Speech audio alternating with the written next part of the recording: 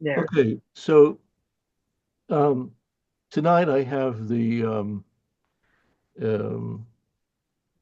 rare uh, and unexpected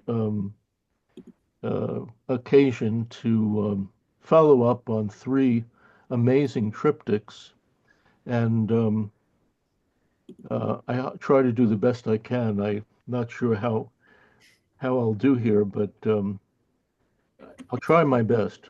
Um, before I start, I wanted to thank Len for helping me with running the slides together so we won't have a repeat of what happened last week. And also, um, in terms of the writing that you're going to be doing, you should send me two images. So I will project the two images, and then that will accompany what you say, what you read. That would be very good because if you just read, it'll be hard to follow. I mean, I think I could follow it, but maybe others may not be able to. So you need to send me those two images. My suggestion would be to send them on the soon side, okay? And then do the writing. Send it sooner and then finish the writing. If you want, one or two of you could could present next week, okay? If you want, it's not necessary, but if you want, then you'd have to still send me those two images, okay? So the schedule now is this is the last class of the triptychs. Next week, I'll finish up some odds and ends with regard to triptychs. Then we have a holiday. Then on the 23rd, we'll hear from you. So that holiday might be good in terms of having extra time to prepare things.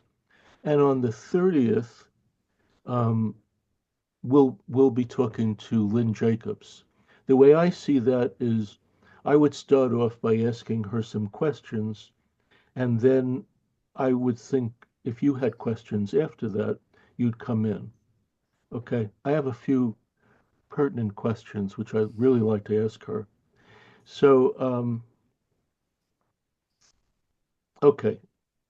So when you write your essay, at the end of your essay, you might say, um, this is a question that I've been wondering about. And maybe from those questions, I can kind of call on different people to ask for you to ask your questions to her directly.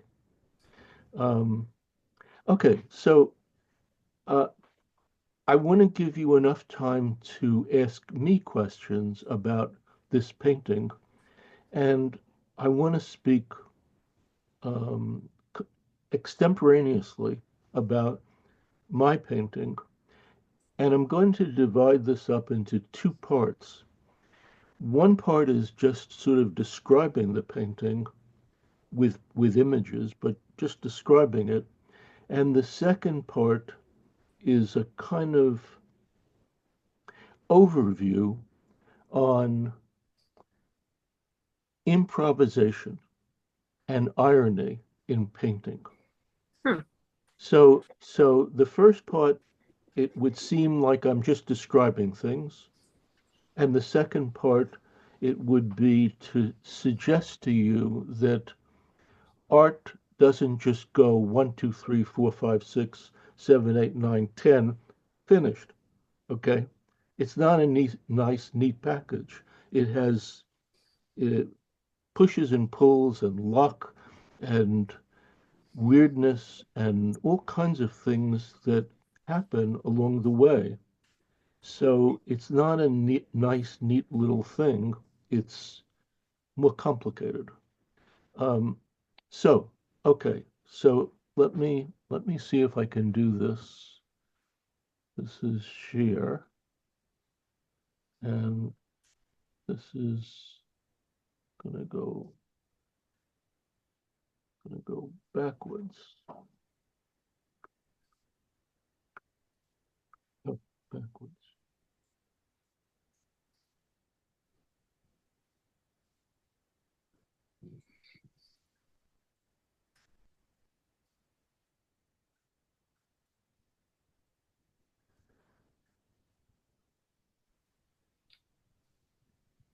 Okay.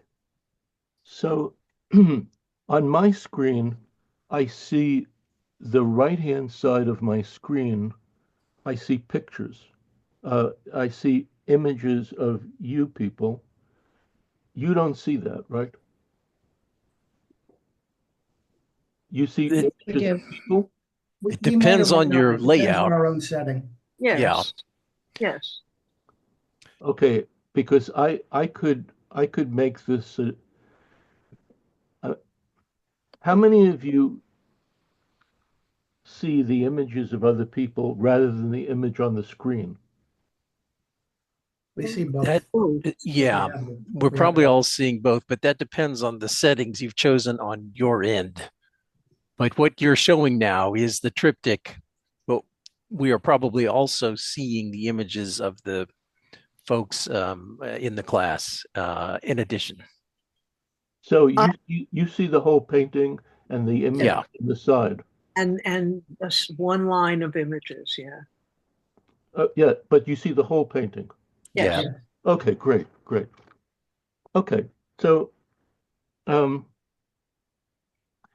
so this painting is 14 feet in width. Um, the Fulbright triptych, named for the Fulbright program, which I was on, was painted over 3 years, 1971 to 1974.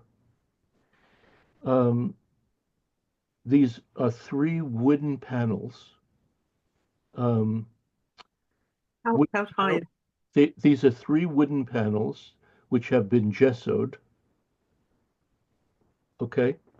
And each panel is 79 and 3/4 inches high. The middle one is 79 and 3/4 square, and the left and right ones are 79 and 3/4 by 38. So this triptych was not meant to be folded. There are no donors, and there's no back to the painting, so it can't be folded. Uh, the painting was begun when I was on a Fulbright grant to Germany, 1970 to 1971. This painting was begun in 1971. Now, here's one of many ironies in this painting, and we could call it ironies or improvisations or whatever. This is a very large painting, not about a painter. This is a very large painting about a graphic artist. Okay? So the studio that you see in the middle is a studio of a graphic artist. So it's a painting about a graphic, um, a person involved in graphics. So in this painting, many of these tools are tools of printmaking, tools of engraving in particular. So this is an engraving plate, and I have details of this, so you'll see this coming up. But this plate is made to replicate the look of copper, the look of copper, and the look of a copper engraving. And these are tools of engraving. So these are burins, Burins. This is a burnisher, and a burnisher smooths down the copper surface. And this is a scraper, a scraper. So what happens when you do an engraving is the burin is held in the palm of your hand, in the palm of your hand, the wooden part, And then the shaft is skinnier, middle size, greater, various widths.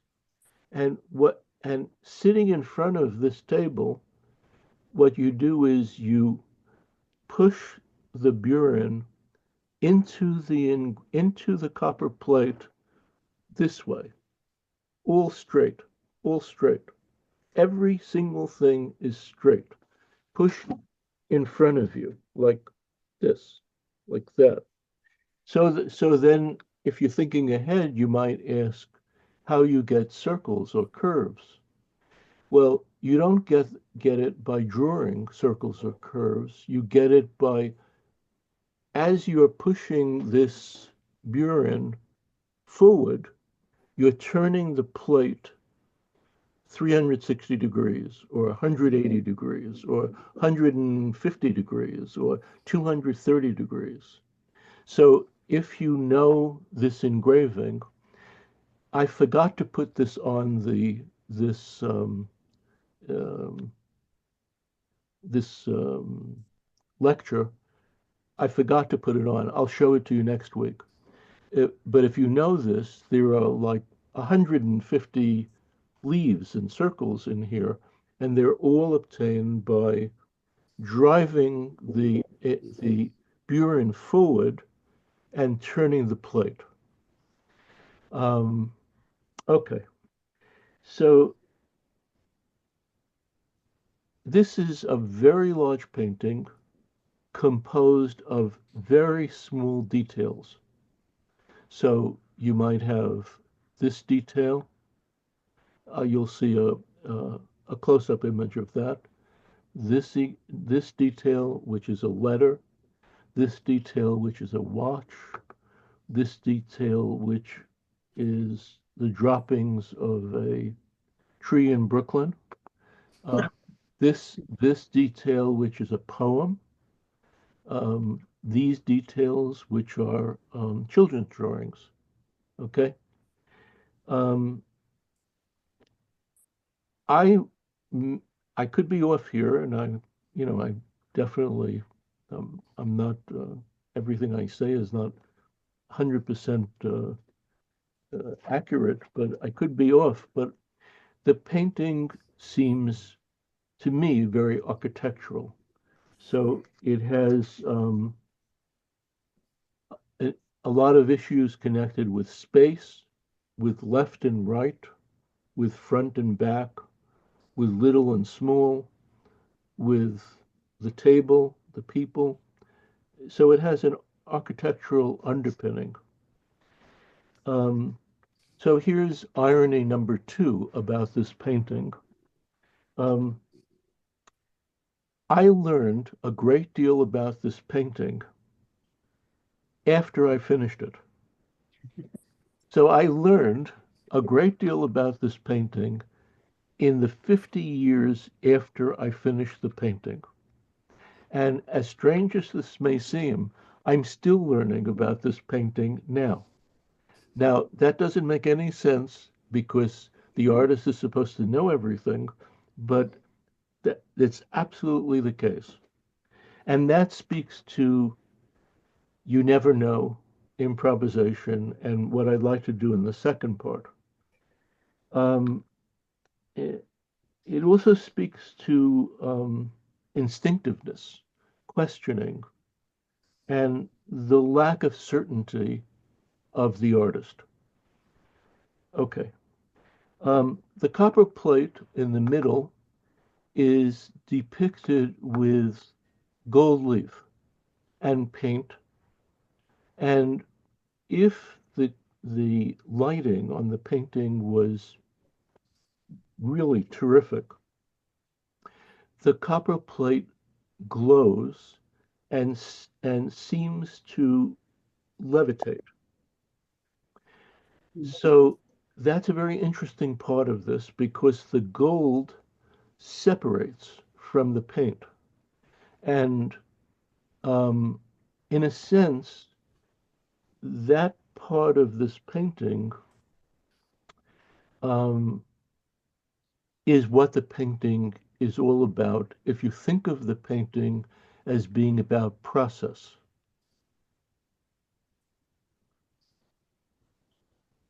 So the copper plate is egg-like, birth-like, a birth form. It's where all the vectors in this painting, all the pictures, all the people, the landscape, all the arrows, to me, seem to be pointing to. So if you follow this, or if you agree with me, you don't have to, but if you agree with me, the painting is about process, process through that construction of that plate. Um, Process or becoming, becoming. Um, I there is a video of my conversation with Lynn Jacobs. And a few weeks ago, after she agreed to come and speak to us and answer questions, I started to watch it again. And she's just a lovely woman and very bright and smart and very easygoing and not full of snobbiness or anything like that. And at one point, she said to me, um,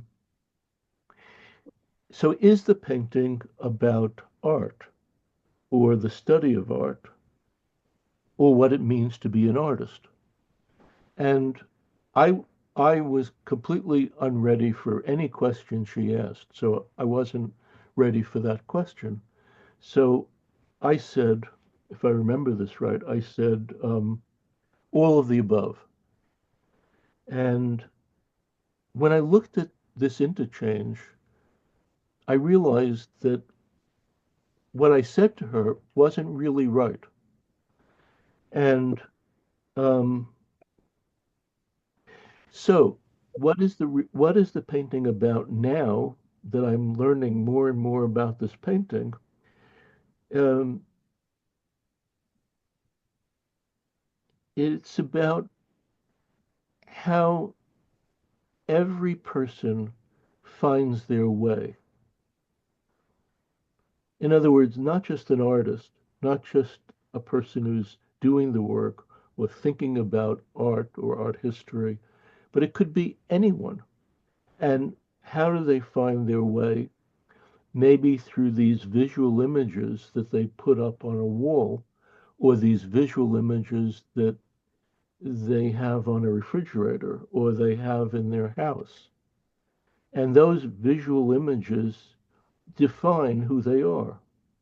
And that's a reason that the painting has so much dimensionality, because when people look at this, they're trying to figure out who these people are, and they're looking around at these images who are, provide clues for who these people are.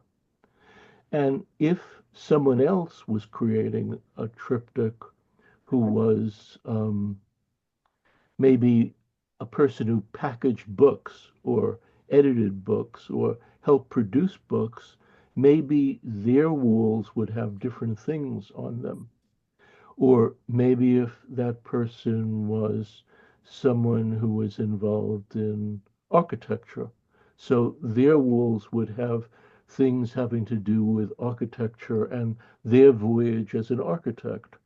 Or maybe if someone was involved in the law, so the law they might have images of attorneys or legal philosophers that they responded to, or even snippets of decisions that seemed interesting to them.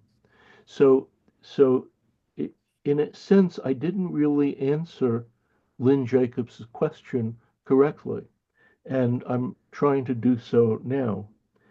And um,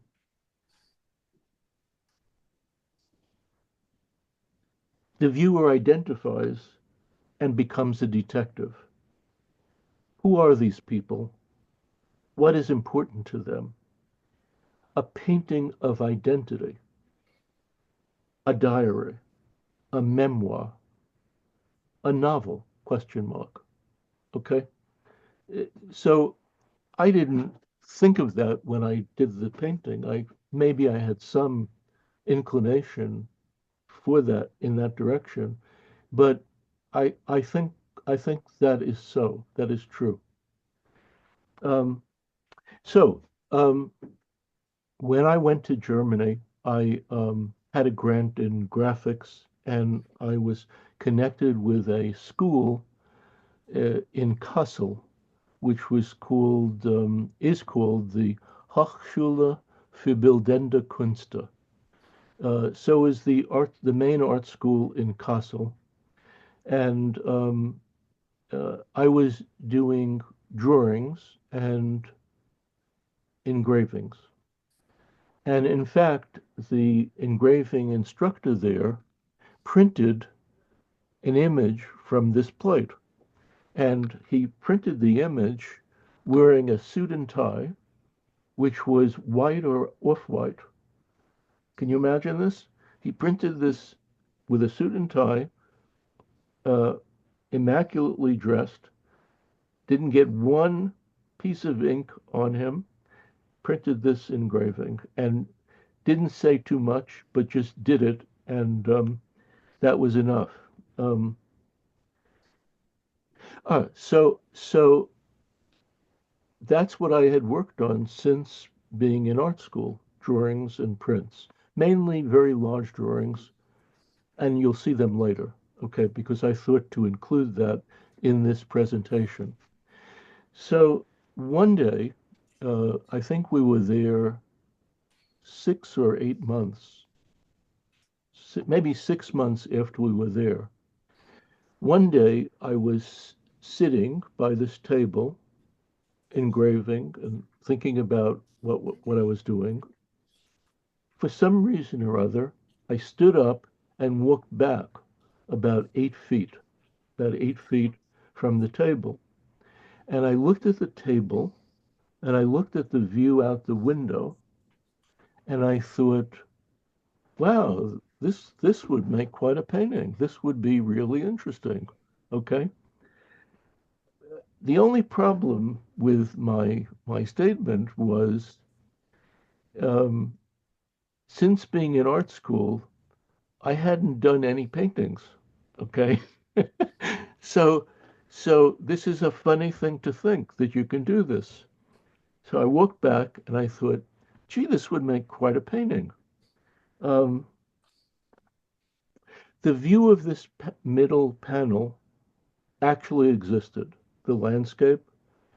The table had maybe half the things on it. The walls had maybe half of the images on the walls.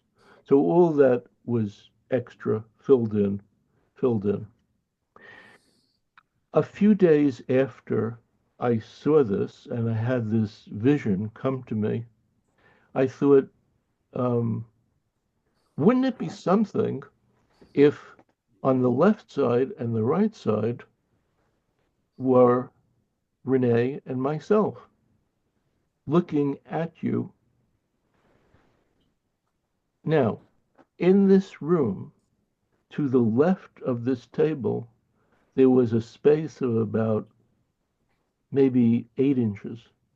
And to the right of this table, there was a space of about 15 inches.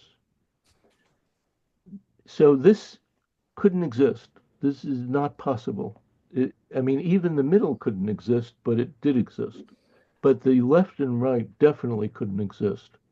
So the way I imagined this was the left and right um, pushed out from the center, and what united them was the wallpaper, the molding. Oh, I didn't want to do that. Sorry. So what united them was the wallpaper, the molding, the floor. The floor was a different floor, completely different. The floor, Um, okay. So then I thought that on the left could be images connected with Renee and her work as a teacher. On the right could be images connected with myself, my background, my interest in art. My daughter at the time was not born. Okay, so Renee, in this uh, inspiration, this is um, improvisation number three. In this improvisation, Renee was going to be holding this card, which is a Y. Okay, so then, after a period of time, after we got back to the United States, maybe a year later, or 9 months later, or a year later, Simona was born, and Simona took the place of this Y.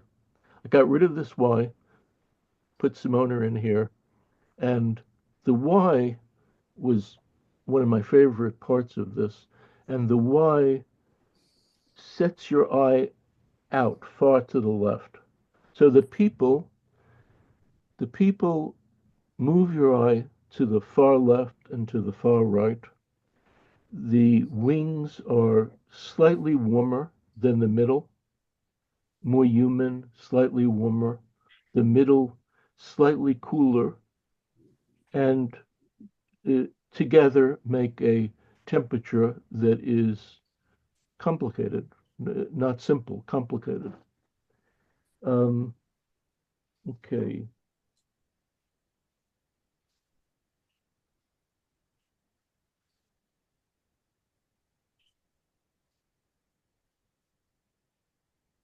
Ah, oh, okay. So this is. I hope you find this funny. Um, so this painting was maybe my first painting or second painting out of art school. I used to think it was my first one, but then I realized there was one that was in this just recent exhibit that I think might have been before this. But in any case, let's say this was my first one. So how do you possibly think that you can do this? Okay, you might be scratching your head or think this is downright nuts. Um, but actually, I read something recently by a Japanese writer who, when he wrote this, I sort of thought, wow, this is very interesting. So I don't know if any of you know this Japanese writer named Murakami. Murakami. Yeah. Yeah, he's a very interesting writer. His name is Murakami. What's his first name, Len? Okay. What's his first name? Anyone? I don't remember. Okay, Murakami. He's a very offbeat, very um, funky writer. He started writing late, like he was in his late 20s when he started writing. And there's a short story that he writes about how he started writing. And I hope I'm right about this because I was rereading this just for this class. And his this story is on the internet. I think it's from a story that he wrote that was published in the New Yorker.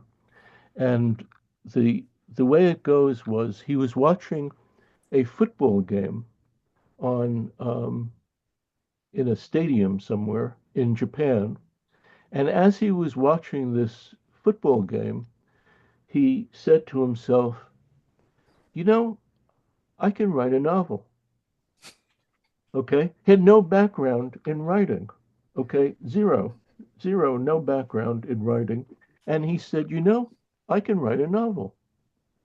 Um, now, I don't know if I can change the formatting of this.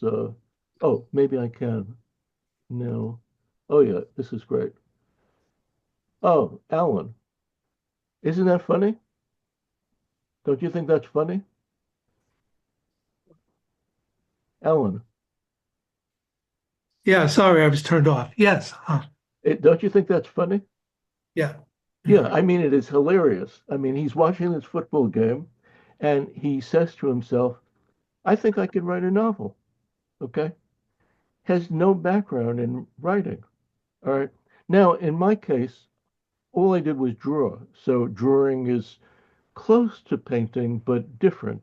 But it has to do with form and palpability and reality and design and composition. So I'm a little bit ahead of him, but what he had was he read a great deal.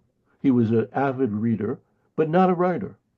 So he says, "Yeah, I could do this. I could write a novel." Um, okay,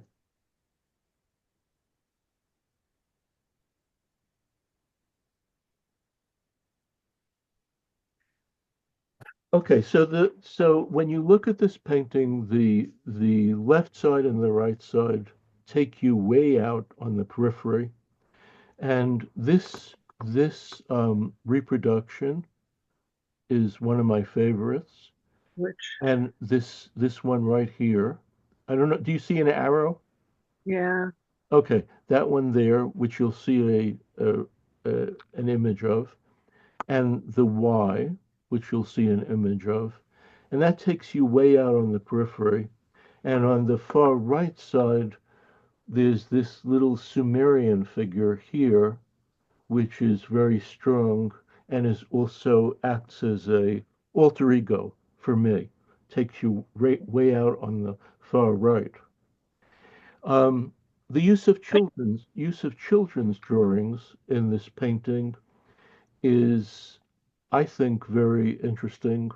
Uh, these children's drawings, right, this one here, and this one here, and the use of oil paint to depict the world of a child, the use of a fine arts medium to depict a children's world is not what you usually see in Western fine art painting. Um, there are two images. Oh, I don't want to do this. Oh, okay. There are two images here, which are of paintings that are in the Frick collection. And um, this painting is a reproduction of a painting by Holbein. yeah.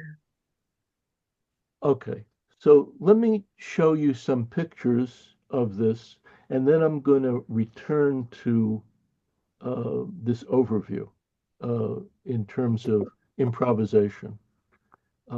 Okay, so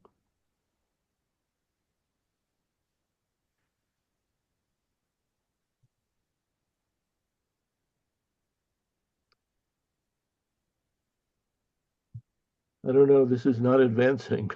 God. Uh, um, Len, what do you think? Hit page down on your keyboard. Page down. Oh, there we go. Okay. I didn't do anything. It just went like that. You did some, you pressed page I down. It did went. not, I did nothing. Okay. They listened to you and not me. That's where we are. Okay. So this is the middle panel. Um, the floor, which would be maybe improvisation 3, the floor was not the floor that existed in this apartment in Germany.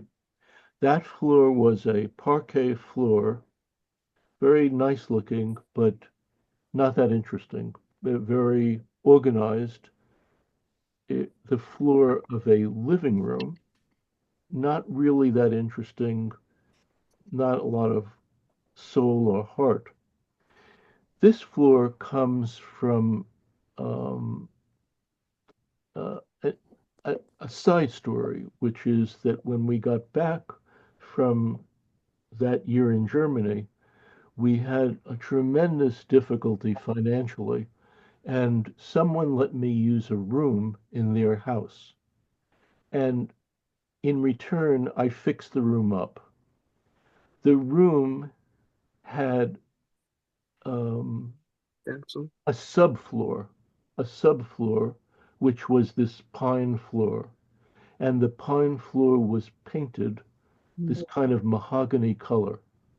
So over this floor would go a Mm. hotter wood, and that would be a finished floor.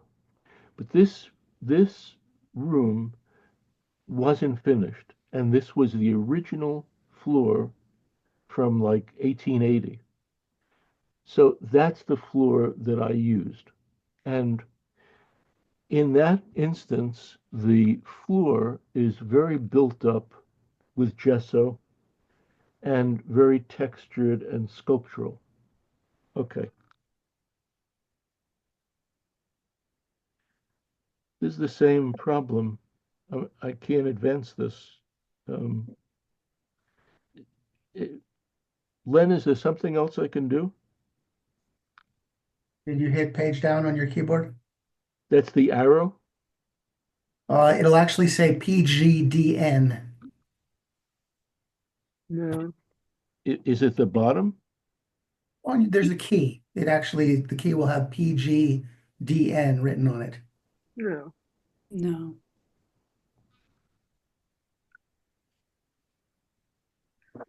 Depends on what kind of, Is there a, is there The down arrow might work. You can try the down arrow.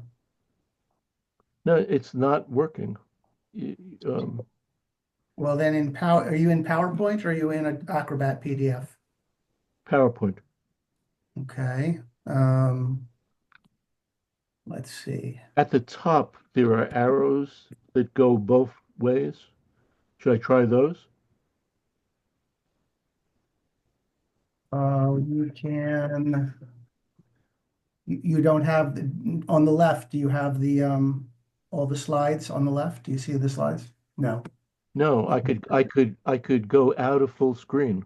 You can go all the way on the right. There's a bar that has a up arrow on the top and a down arrow on the bottom. You see that? I see the up arrow, but not a down one. Oh, yeah, at the top, I see an arrow that faces up with a line below it. Click the down arrow at the Nothing, bottom. nothing. Let me go out to get out of this mode of full screen. Uh,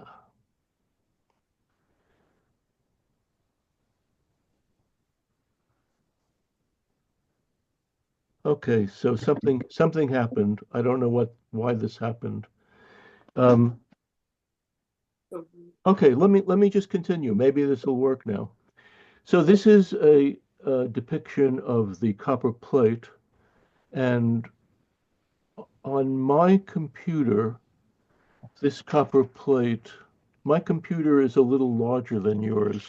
So this copper plate is about 15 inches. And so I would say it's about 13 inches wide on the in terms of the actual painting. And it's very glowy, and the highest lights, the lightest, most luminous lights are gold. And then the paint comes over that. And then the blacks are ink that was left in the plate when it's printed. So so you get a sense of this print in mirror image. Okay, this is the mirror image of the print of the plate of the print, but the plate shows you the mirror image. So if you had a mirror and you looked at this, you would see what this print would look like. Um, oh, and the plate sits on a pad. The Yeah. pad has a little bit of powder on it, so it turns easily.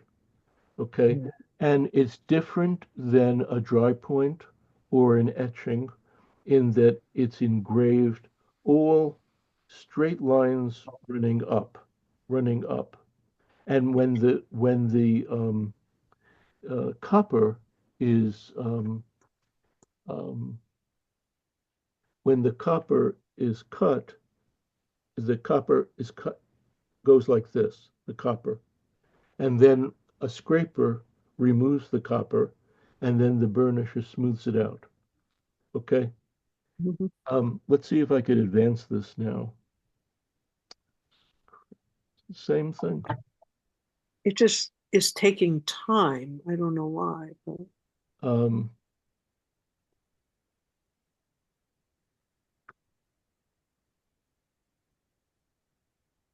Uh, Actually, yeah, if you go a little bit to your left down there, you have an arrow.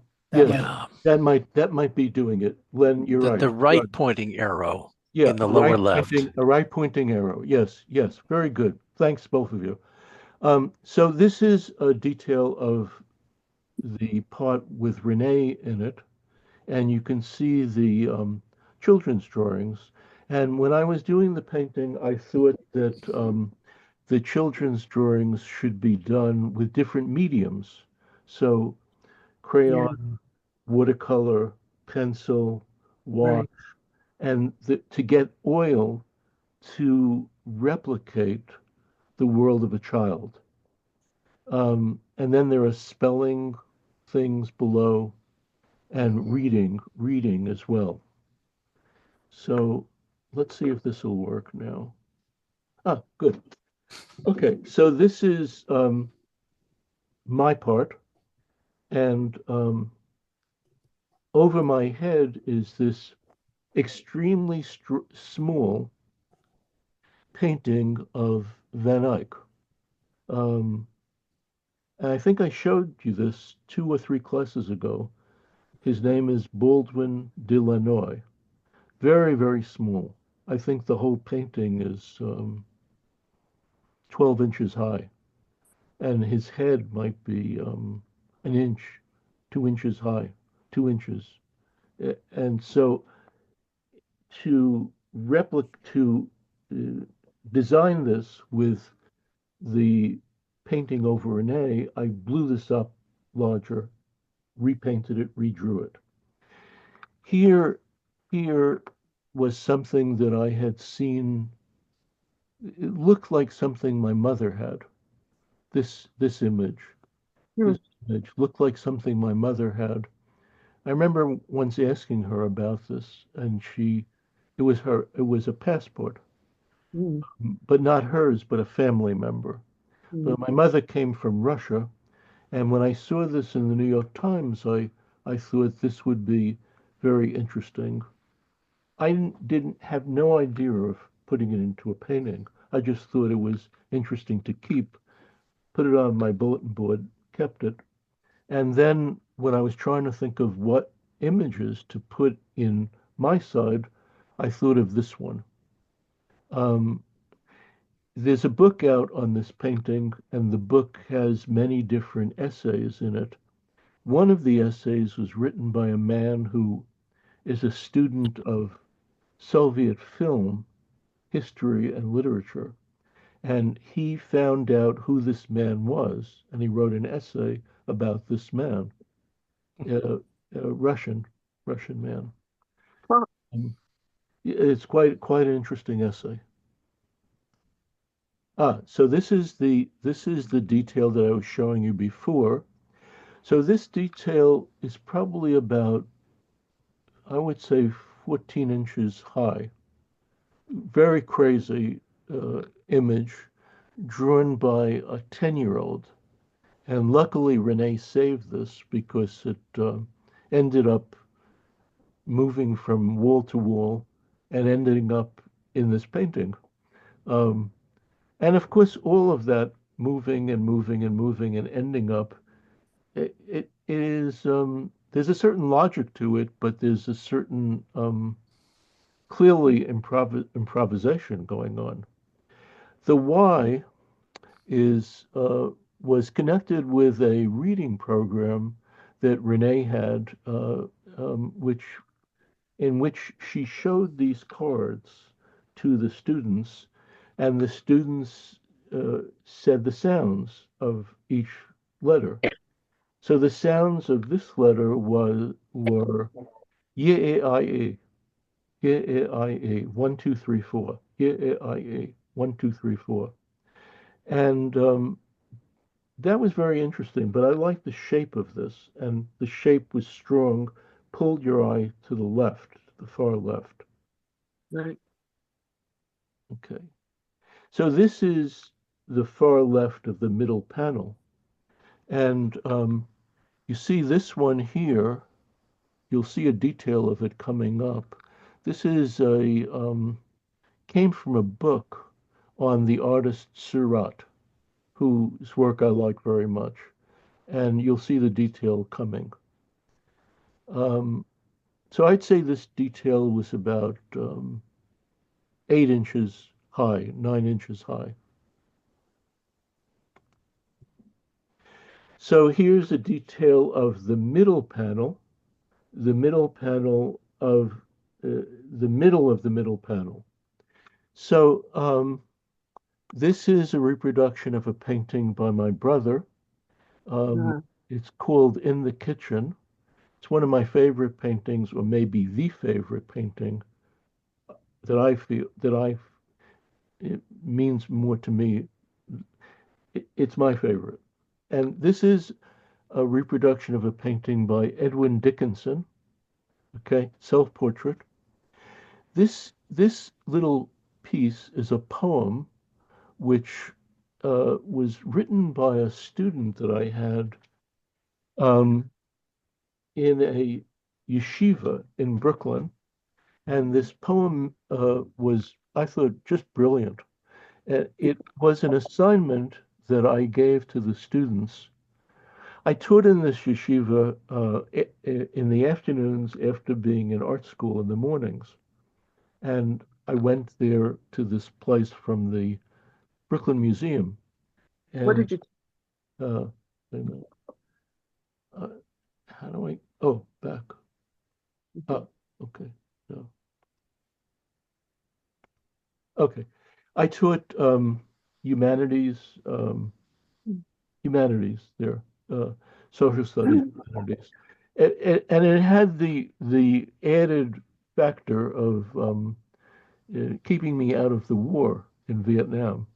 So this little piece has to do with that. That's the background. So I taught a class which I improvised. I made up the whole class, and so the theme, this particular theme, was connected with haiku poetry and existentialism. Okay, this is for seventh and eighth grade Yeshivas. girls. Yep. Listen to this poem. Listen to this poem. This is totally brilliant.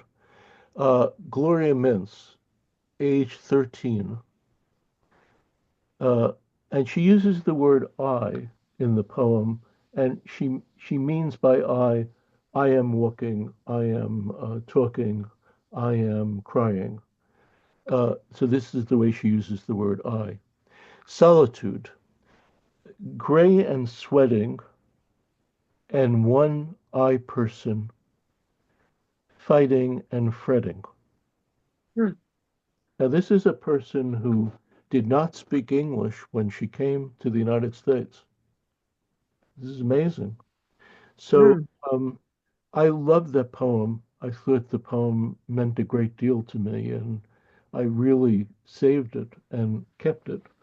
And as with some of the others, it went from one bulletin board to another, ended up on this bulletin board, and uh, the poem is me.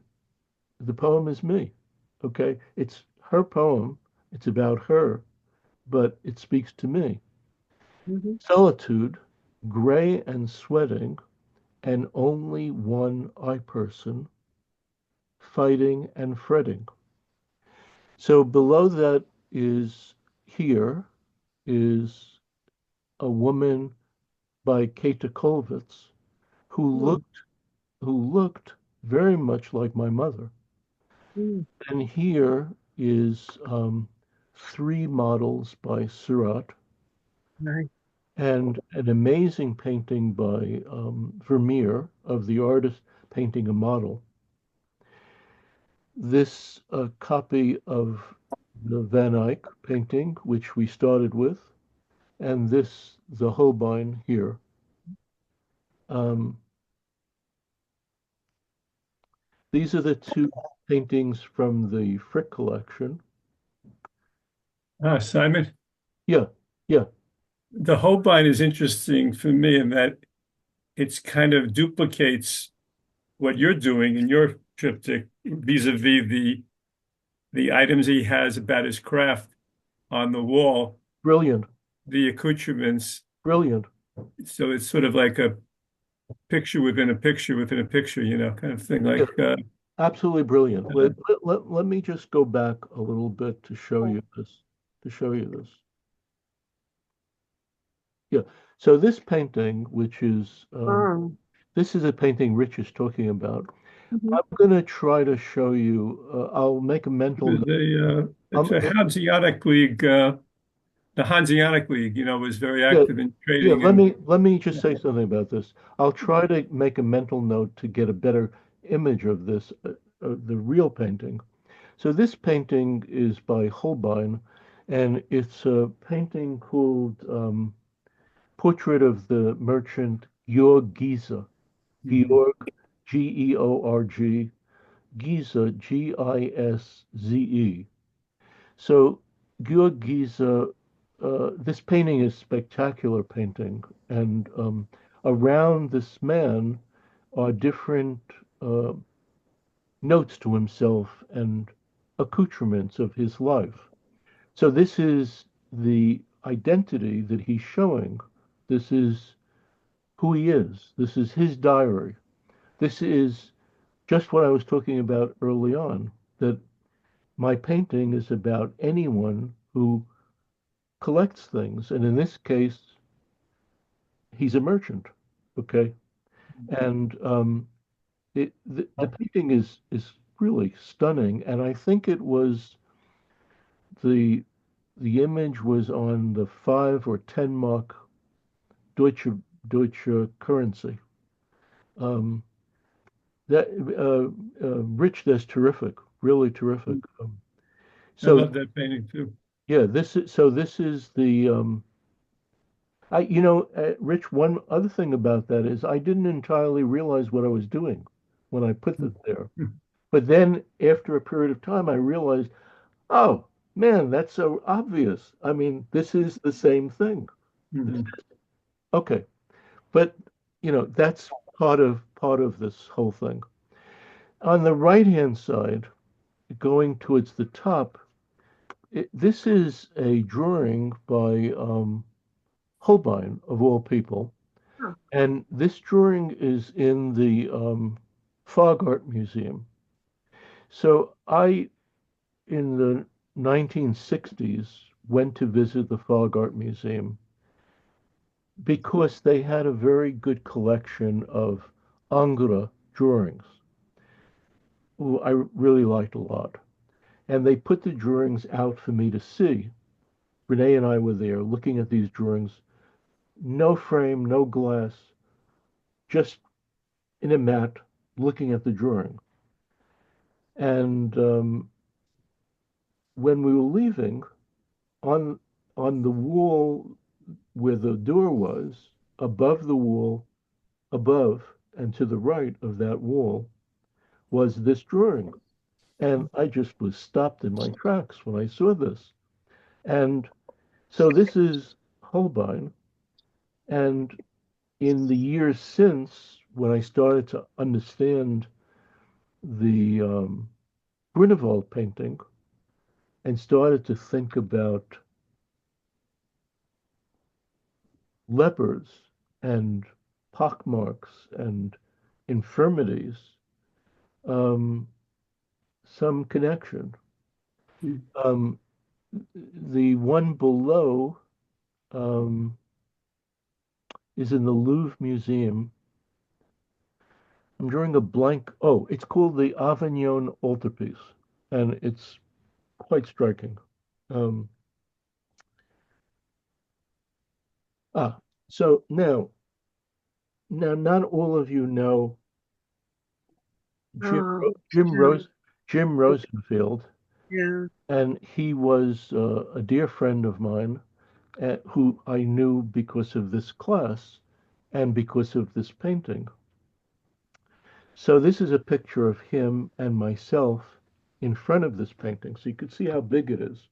Yeah. It's always good to have an understanding of how big the work of art is. Um, when I met Jim, he told me that he lived on the Upper East Side in Manhattan, and he had seen this painting 25 times. And I looked at him, I thought to myself, you must be cuckoo, you must be crazy. But then as I got to know him, I realized that it's pretty clear that he saw it 25 times. And he spent a lot of time there. So, uh, yeah. So anyway, I really liked him, and I thought to put this in with him. With him, um, one thing that I really miss about him, and I I I have to say this because it's very personal and warm and appealing to my friendship with him. When I would have the class and I thought I was really doing as best as I could and really communicating, just after the class ended, like about 15 minutes later, I'd get an email from him, and the email would say, great class. And he'd write all these different things to me about it. Okay. And no one's writing that to me. Come on, come on. No one is writing that to me. And I really miss him. I mean, I wish he could write from long distance and say, great class, great class. And then when he didn't write it, I thought to myself, what did I do wrong? What happened to me? What was I was really off. Um, Yeah. so okay. So the next one, the next one is the full scale image, vertical full scale image of Renee. And you can see these are images of this is the first day of school in this reading program, which begins with circles. Circles. I might have a close up of that. If I don't, I'll try to get it by next time. This was the spelling idea. Um, okay, and this is my part. I think there are some details of this to come.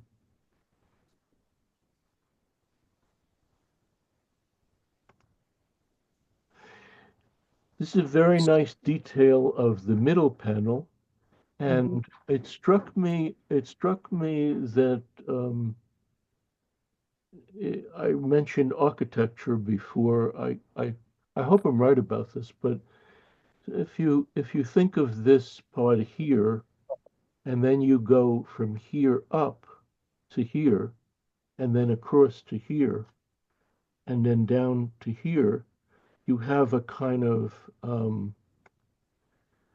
uh, equilateral triangle with the apex of the triangle being here, here. Um, okay, let's see the next one. So this is a detail of a picture on Renee's side, and lot of animation in these students' work and a lot of energy and charisma and pulse, pulse. Um, Yeah. Now these, I would say that these are about an inch and a half high in the painting, life size. And the area just behind them are pencils that I used to collect that became smaller and smaller, smaller and smaller and smaller. And they had holders to hold the pencil because you couldn't draw with these. Um, in Brooklyn, if you're not familiar with Brooklyn or with people from Brooklyn, in Brooklyn, when I was growing up, these were called itchy balls. Oh, uh, does that sound familiar, Rich?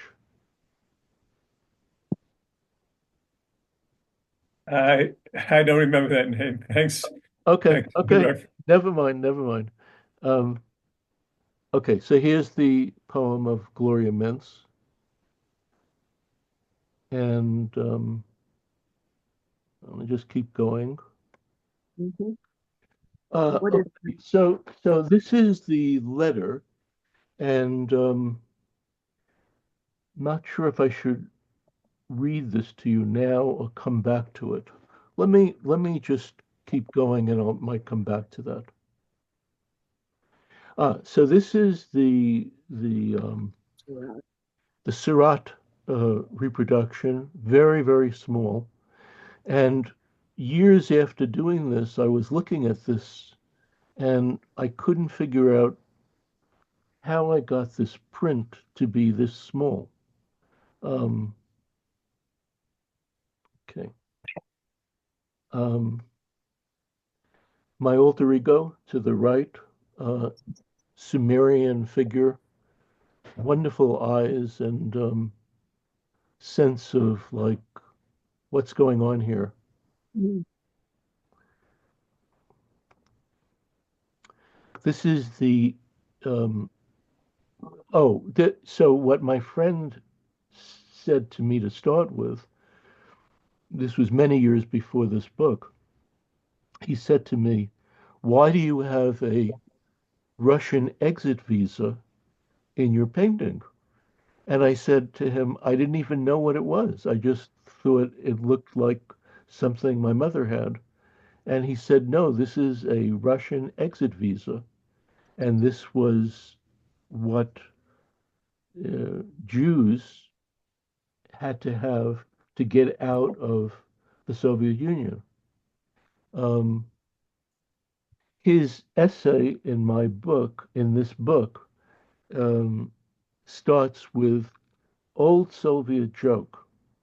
And he says, old Soviet joke, he says, how many Jews want to leave the Soviet Union? Answer, 230 million. 230 million. Yeah. Uh, okay, okay. Here we go. Now, this is the stopwatch, which you saw very, very small. And I would say that this stopwatch is about an inch and a half high in this painting. I think. Yeah. So if you remembered the allusion of the flying eyeball, um, the flying eyeball is flying all around this room and out into the landscape. Um, Now, this is a very interesting photograph. So Huh, this photograph was taken 2 days after I finished this painting. huh. And some friends of mine came over and we were kind of somewhat celebrating. And he said, could he take some photographs? And I said, absolutely, sure, you know. And so he was taking photographs, and I ran over to the painting and put my hand down as if I am going to hold and pick up and give him one of the instruments. But Great. the the scraper, and the look on my face is of a giddiness or hysteria at finishing this painting, and really worked up, um, crazy photograph. Uh, I'll take it. I like it. Okay. Great. Oh, okay. Wait a minute. Sorry. So this shot also indicates the size of the painting. This was from an exhibit at the Tenry Gallery in New York, which is on 13th Street between 5th and 6th Avenue. So this exhibit came before the exhibit at the German consulate. And this man is touching up the wall above the painting, and you could see the painting just fit on this wall.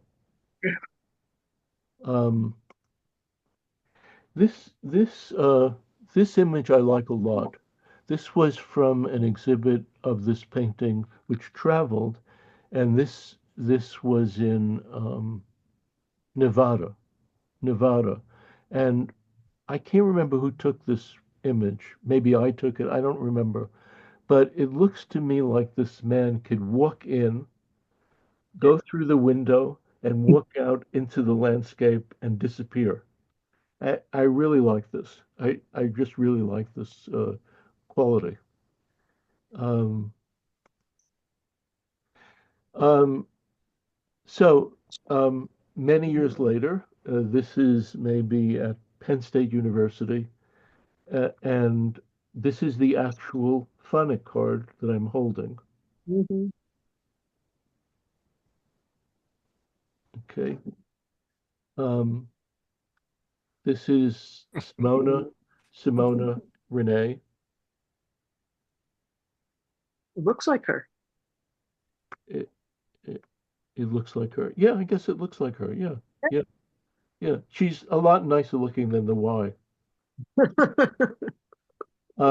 There's another photograph of myself, uh, and this image.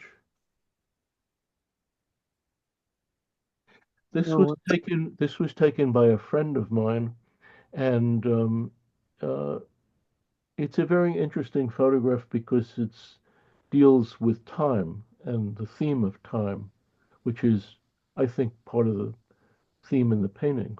Um, and in the painting, there's multiple uses of time. Time is out of time, out of a sequence of time. This is a duplicate, sorry. Now this is very interesting here. Um, so something weird happens in this painting, which is that reproductions of works of art take on their own reality, take on their own aura or their own charisma. So if you saw this painting and you saw the image on the left and the image on the right,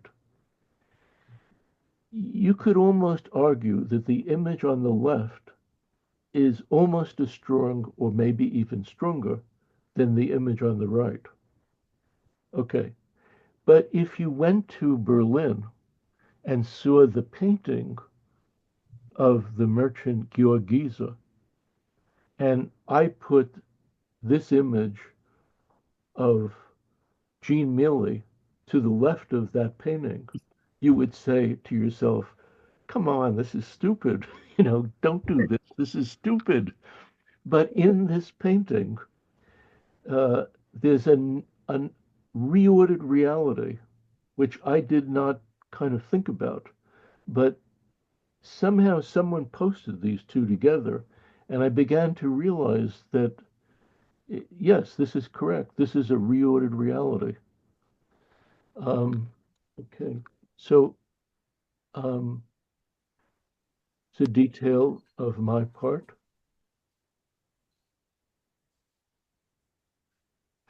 Now, this is a fantastic photograph. This absolutely fantastic. Here, here are the two windows Oh, from the outside looking in.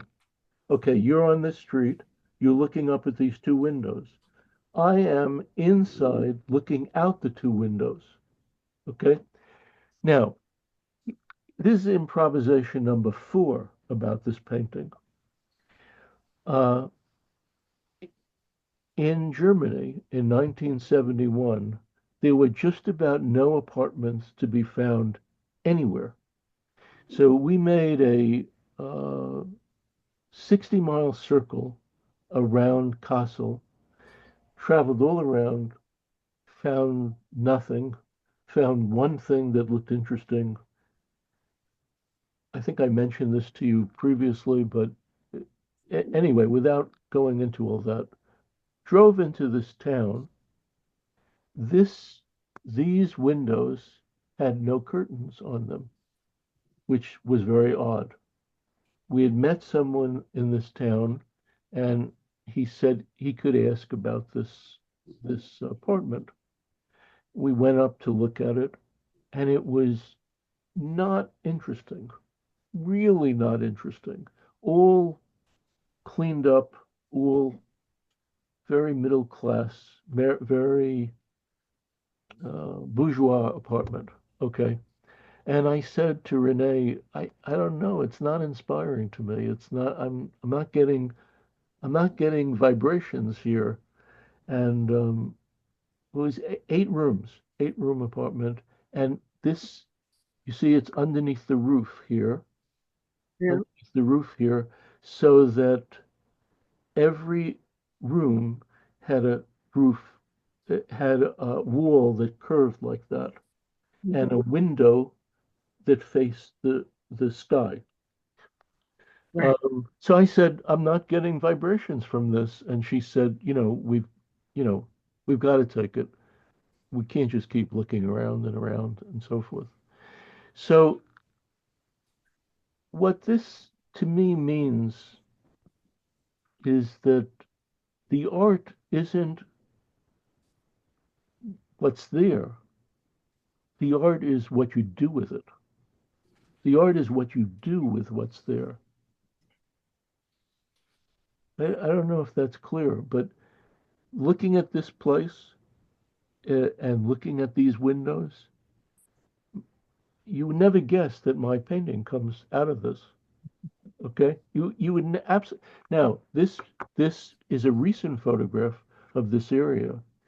There was nothing here and nothing here, just fields. This was the edge of this town. Um, and someone recently sent this to me, and it's just fascinating.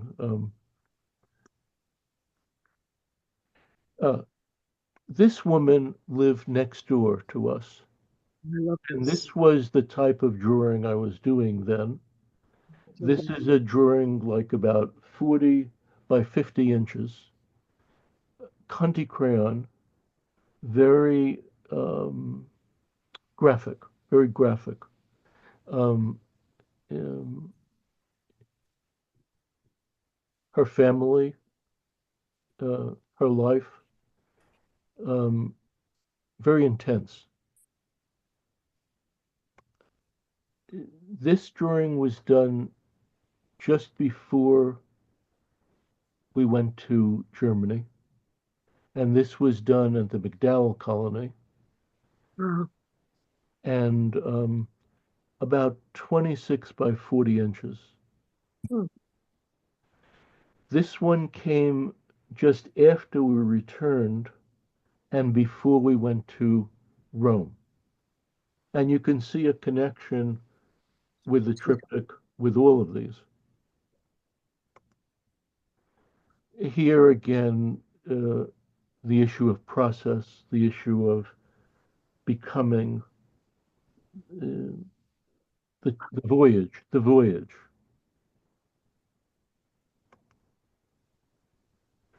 This is a very large painting in my studio when this same studio that I used to do that triptych. Same idea, an image of the studio, which I shared with a sculptor, and that was the shoes of the sculptor. A series of very, very small paintings. Each one of these, maybe 3 or 4 of them, uh, the size was 10 inches, 10 inches or smaller. And what I thought was, could I do this? Could I do a painting that was that small? And could it have oomph and reverberation, composition, and could it project? But actually, these paintings are a lot like what's in the triptych, but by themselves. So this is one. This is the second one. Well, very, very small, 10 inches. It's very small, 10 by 8 inches. At garlic. Garlic, yeah. Mm. This one I Great. think this one I think is 10 by 10 inches. Wow. This is a pomegranate. When did you do these? These I think were done in 1990s or early 2000s. There's 1 or 2 more of them, but this is what I put on. Let me keep going. Okay. Okay. So now we're not going to get to your questions, so we could go back to this next time. And we're not also not going to get to my overview of this, which I hope you'll find interesting, but I couldn't do everything. So this is a painting I'm working on now, and um, this is a little higher, like 80 inches by 83 inches. Same wood panel, and it's progressed since this.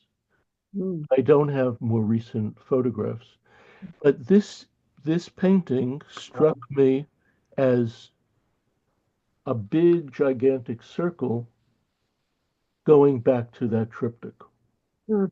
Okay, so the individual here in this box is identified by all of these visual images that swirl around and around that present a kind of diary or memoir of this person. Mhm. Who is this person? Who are we? Who are we? So now I want to go back. I want to go back to an image which I said I would go back to.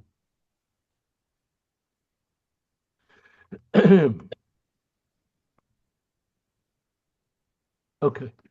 So now I'm going to read these two to you on the chance that you can't read these and just introduce them. And this took a little longer than I thought, but I hope you found it of interest. So the first one is on the left was something I saw in the Village Voice, uh, which was sent to me by my father when we were living in Germany. Mm. And he sent me a subscription to the Village Voice, which is a great thing to get if you're in another country. Uh, Not so interesting in New York City, but great in another country, and takes a long time to read, has all kinds of information, and smells and breathes New York City. So this little article was from a review of a book uh, on, well, maybe you should guess. I'll ask you to guess. Okay, so you can guess. You can guess. We'll see. So this reads, and to the question, which of our world will then be the world? There is no answer, for the answer would have to be given in a language, and a language must be rooted in some collection of forms of life, and every particular form of life could be other than it is. Guess? Anyone? I'll let me read it again.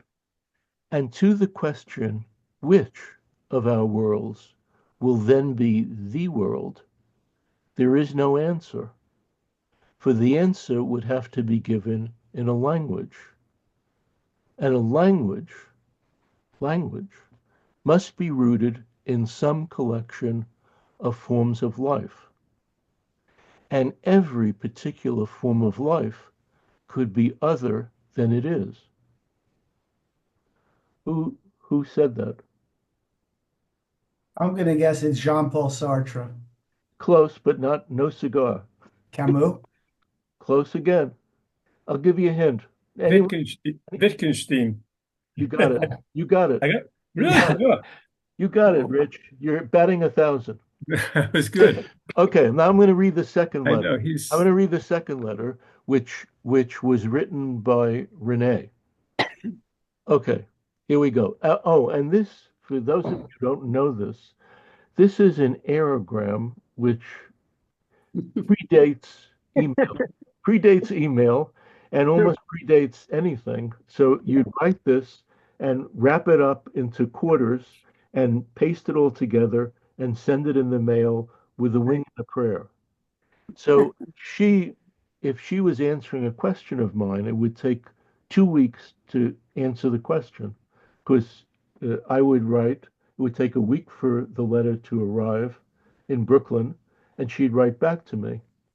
So her letter appears in the center panel above the central pod.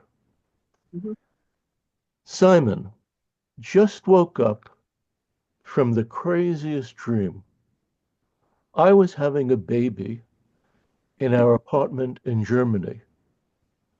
Dr. Neff had all this crazy apparatus hooked up. Both our mothers were there, arguing with the doctor about how the baby should be delivered. I was scared because I thought there was a dead baby in me. But when the baby was delivered, I faked everyone out because it was just a big air bubble. 4 exclamation marks. Wow, what does this all mean? 6 exclamation marks. Somebody once told me that only women do that with exclamation points.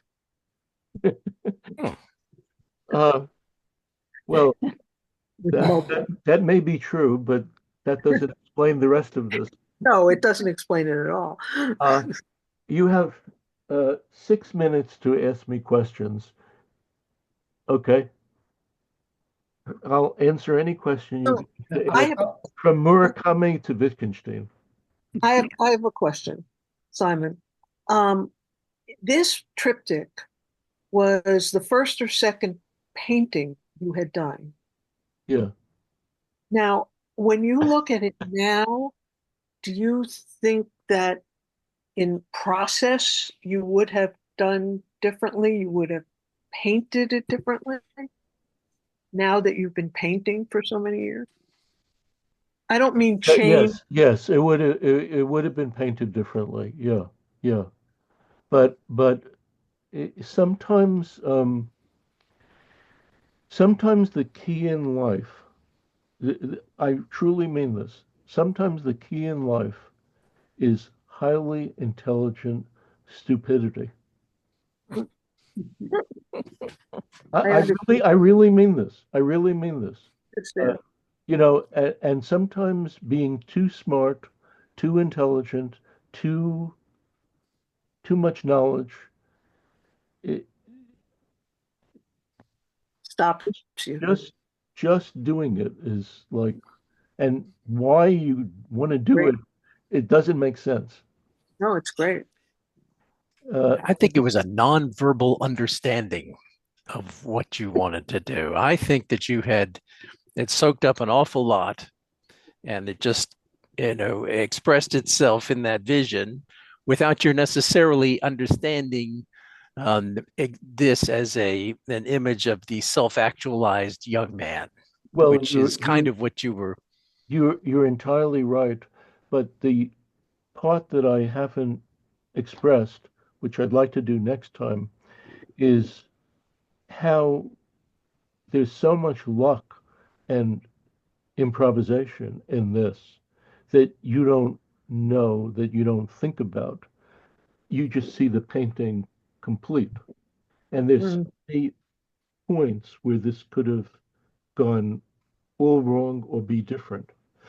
I'd like to spend a little time with that next time. Another question, anyone? Um, let's see if I can do this. Oh, Simon? um, yes, Len. Len. Simon, so you conceive this idea, you're in the middle of Germany, and then you have to figure out what you're going to paint on. What was the story of acquiring these huge wood panels in the middle of, this small town? Well, that really wasn't that difficult. No. No, no, that wasn't that difficult. Well, I only had one, the middle. The two left and right ones came from Brooklyn, from the United States. The middle one came because I knew someone who was he became quite a nice friend, quite a good friend, and there's actually a picture of him in this painting. And he worked for a factory, a business that produced socks. And he worked with people who are carpenters.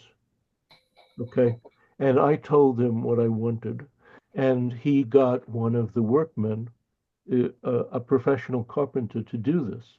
The interesting thing about this was that when they gave me the price for it, it was like um, 800 nails at 3 cents a nail, uh, 700 screws at 4 cents a screw, uh, 16 slats of wood at $4 a slat, and labor at $12 an hour for labor. It was all itemized to the penny, to the screw, to the point, and then he gave me the bill.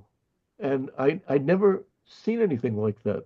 It was very German, and very dry and precise. So that panel. Oh, the other thing is these panels being on wood can't fold. They can't be scrolled. Okay, they have to be intact.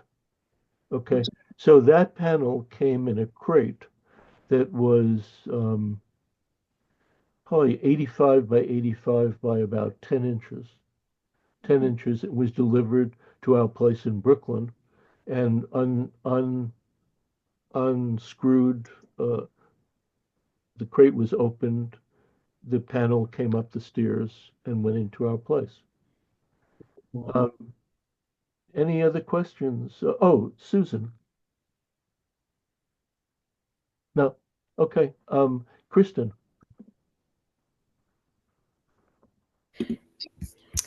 I I've looked at this painting a lot, but seeing the close-ups of the pieces that are surrounding you is different looking at them like this.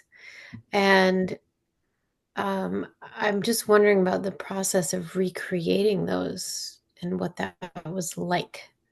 And you mentioned a little bit like tidbits about some of them that you didn't realize how did you do this so small? Or I'm just Well, wondering about that part of the process. um, it wasn't based on photography. I just eyeballed them, and but they were in particular places. So someone who unfortunately didn't write for this book of essays, but if he had the time, he expressed an interest in writing on the cartography of the painting.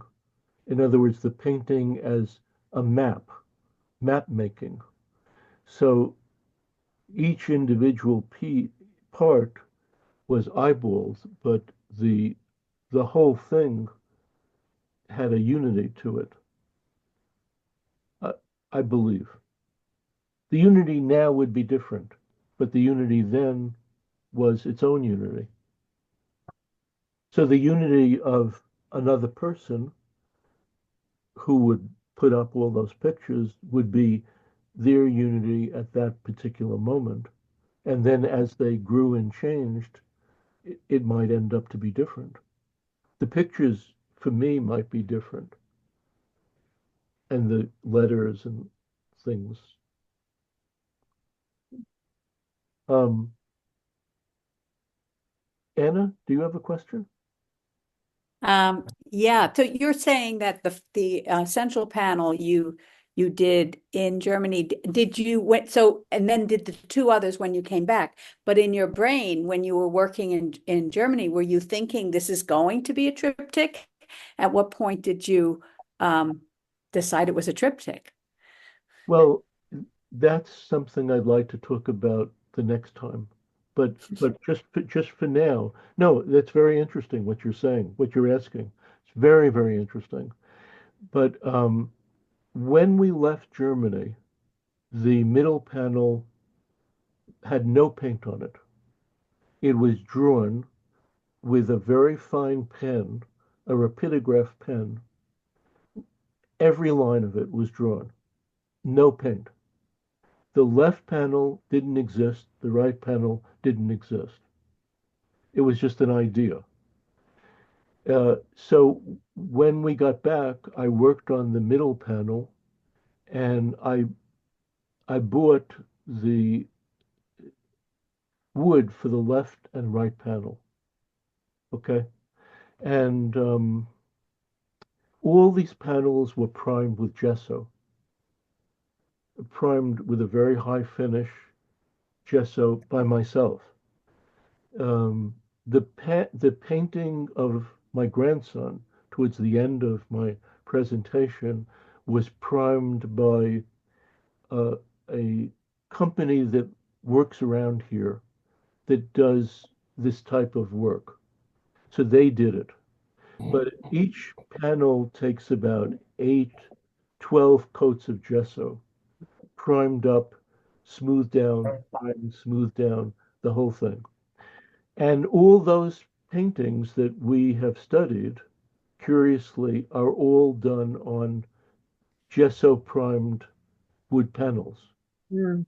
Um, so so that was the only one that came back, the one that was in the middle, the one that's about 80 by 80.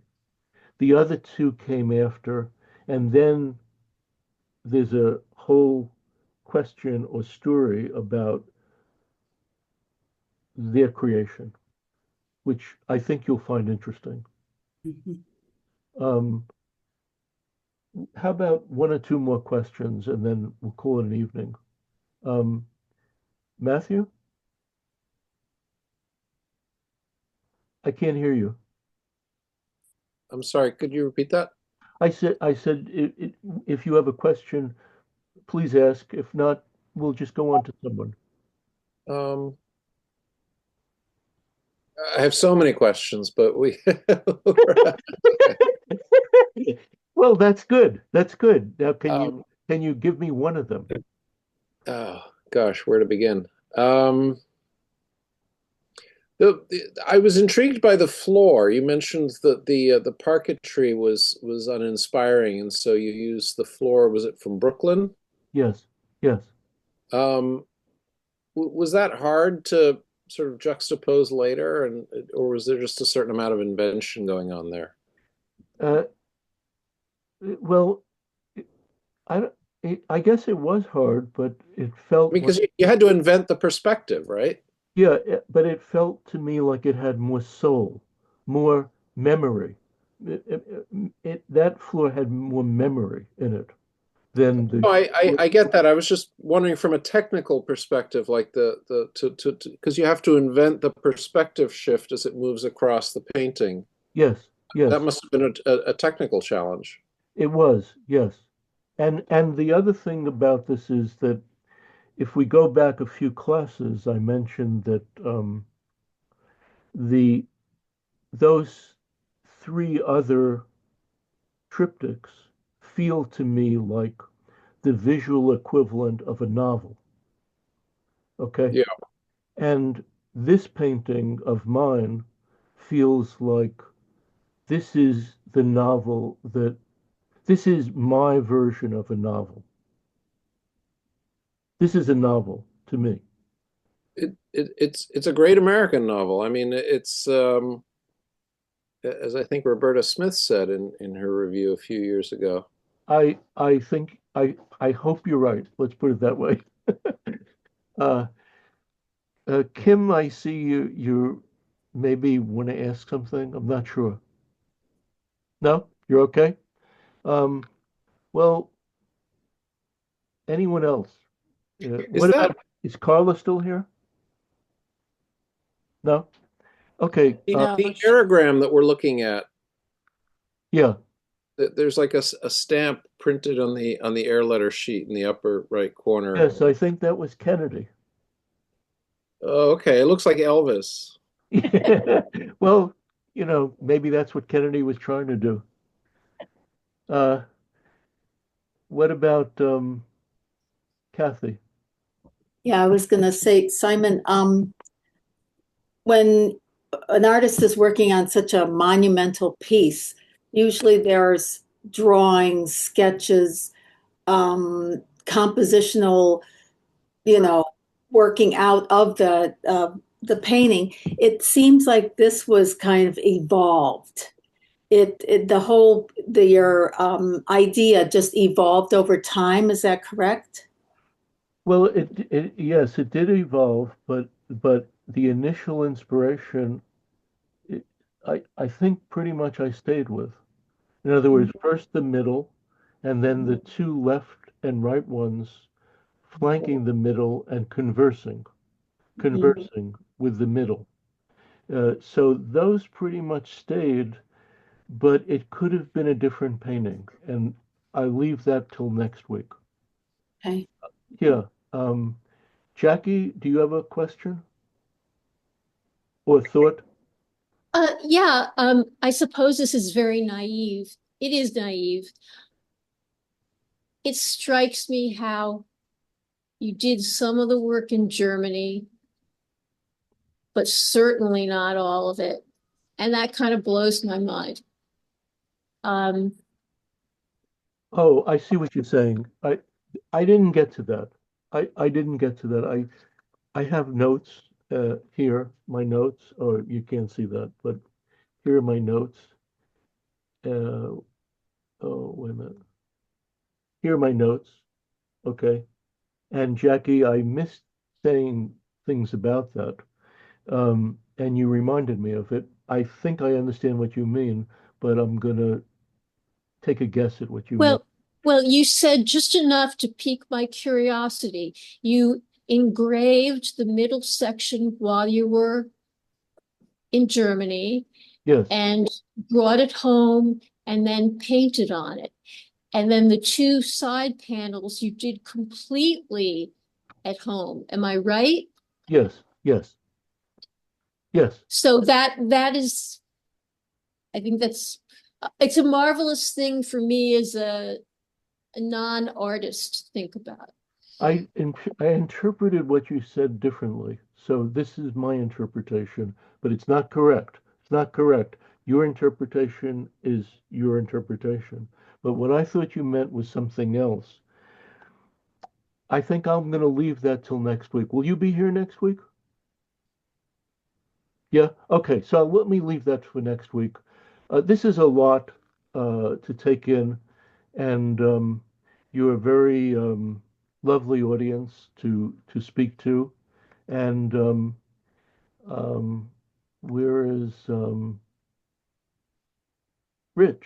Rich, you get the cigar for the evening. You hear that? Yeah, that's nice of you. Yeah, I'm familiar with Wittgenstein. That's from another channel of my life, but Get, uh, you know when you get the cigar, take it and run with it. yeah, exactly. I don't want to say anything more. Anyway, I'm going to miss you. I'm going to miss the next few sessions, you know. Yeah, so you come back if you want later. Oh, you're going to come Yeah, back for the last one. You're coming back for the last one. yeah, the last one, yeah, with Lynn Yeah, Jacobs, yeah. hopefully, and Enjoy your trip.